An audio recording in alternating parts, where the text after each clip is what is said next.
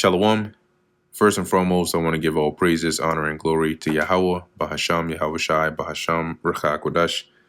Double honors to the elders and the apostles of Great Millstone, and peace and blessings to the elect. And today we're going to go into the book of 2 Corinthians, the 9th chapter. For as touching the ministering to the saints, it is superfluous for me to write unto you. So as he's saying, concerning the collection or the helping to the saints, I don't really need to write onto you, right? Superfluous meaning it's extra, it's unnecessary. I really don't need to write to you about the ministry of giving for the believers in Jerusalem. For I know the forwardness of your mind, for which I boast of you to them of Macedonia. Like, I already know how determined you are to help. I was even boasting about you to the churches in Macedonia, that Achaia was ready a year ago, and your zeal hath provoked very many. So from them hearing that and how eager you were, it lit a fire under them to be so eager to help as well.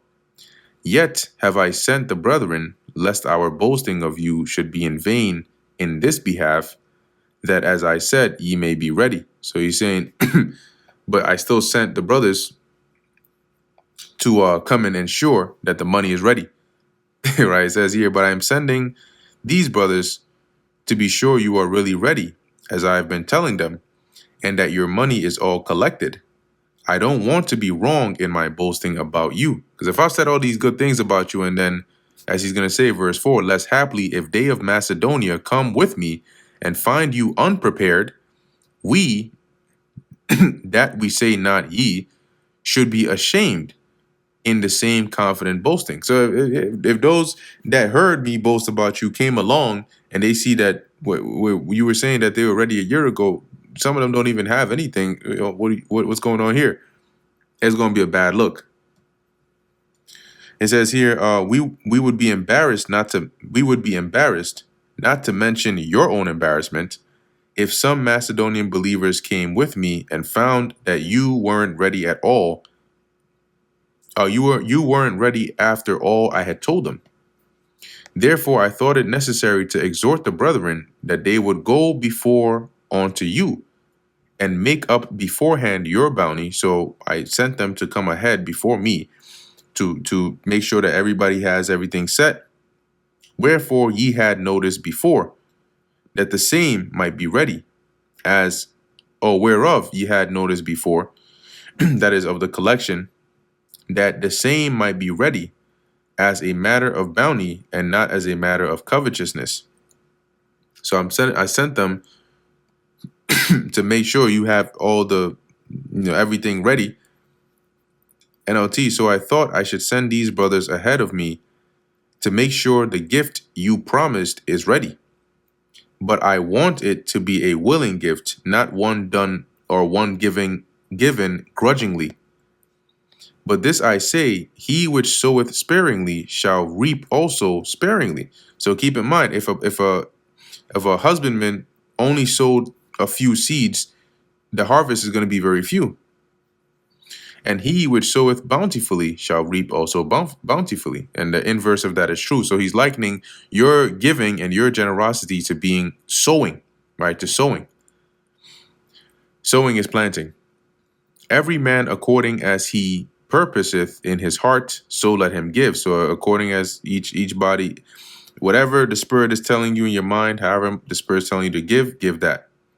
Not grudgingly, right? Don't do it, like you're not from your heart, or of necessity, like feeling like you're forced to do it indirectly. For God loveth a cheerful giver. So if you're giving, give it from your heart cheerfully. And God is able to make all grace abound toward you, that ye always having all sufficiency in all things, may abound to every good work. And God will generously provide all you need. Then you will always have everything you need and plenty left over to share with others. As it is written, he hath dispersed abroad, he hath given to the poor, his righteousness remaineth forever. Now he that ministereth seed to the sower, both minister bread for your food, and multiply your seed sown, and increase the fruits of your righteousness. And Paul was quoting in verse 9, the book of Psalms. NLT, it says, "For God is the one who provides seed for the farmer and then bread to eat.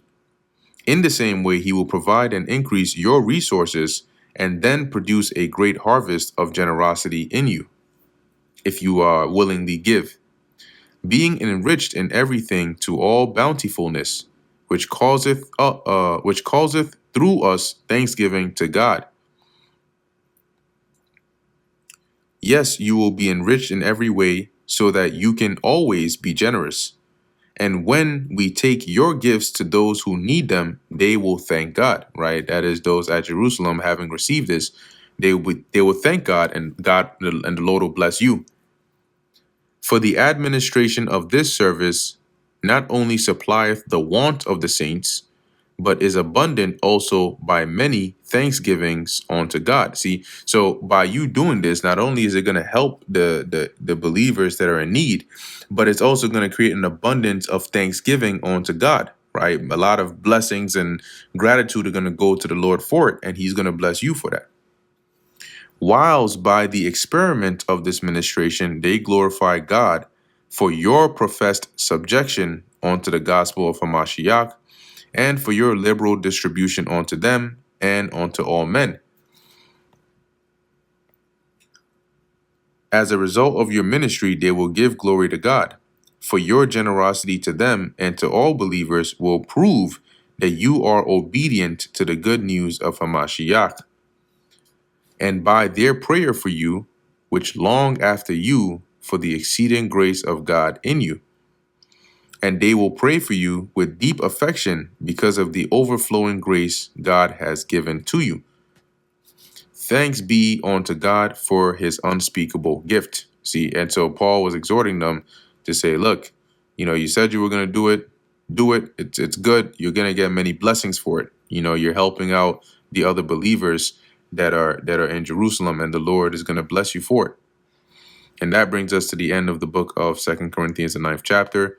Lord willing, that was edifying to the elect. In closing, I want to give all praises, honor, and glory to Yahweh, Bahasham, Yahweh Shai, Bahasham, Racha Kodash. And until next time, Shalom.